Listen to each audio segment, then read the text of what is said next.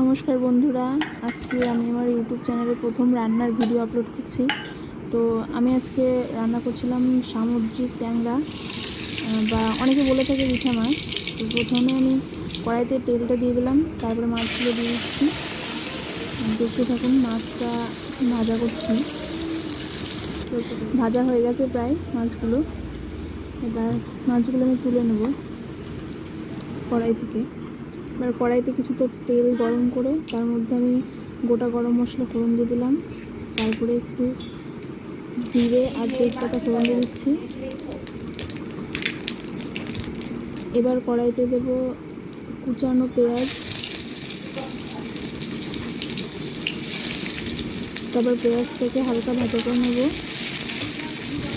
পেঁয়াজটা কিছুটা লাল লাল করে ভাজা হয়ে গেলে তারপরে আমি তোমরা প্রথমেই দেখেছো আমি একটা মিক্সি কন্টেনারে পেঁয়াজ, তারপরে আদা, রসুন আর শুকনো লঙ্কা, জিরে পেস্ট করে নিয়েছি। সেই মশলাটা আমি এখন দিয়ে দেবো কড়াইতে।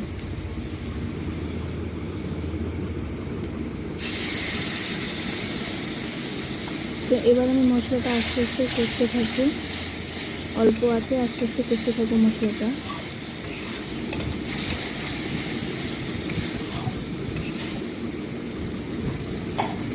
আস্তে আস্তে মশলাটা কষে নিচ্ছি, তোমরা দেখতে থাকো।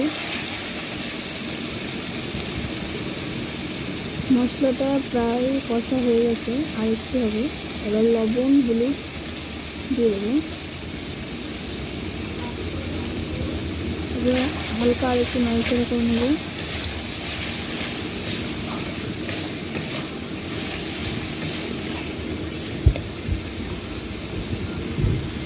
এরপর দিয়ে দিচ্ছি আমি কুচনো টমেটো কিছু দিয়ে দিচ্ছি। এরপর আরেকটু হালকা কষে নিয়ে তারপর আমি দিয়ে দেবো কিছুটা পরিমাণ জল।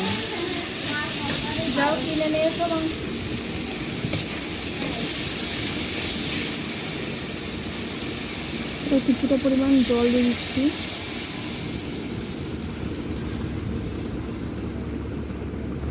এবার জলটা ফুটে গেলে আমি দিয়ে দিলাম মাছ।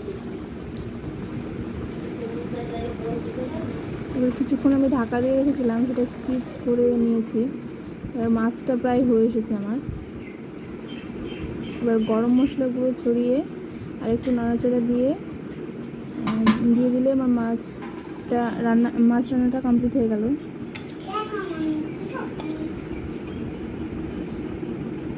এই যে দেখো সবাই কেমন হয়েছে রান্নাটা। আর যদি ভালো লেগে থাকে লাইক সাবস্ক্রাইব করে দিও।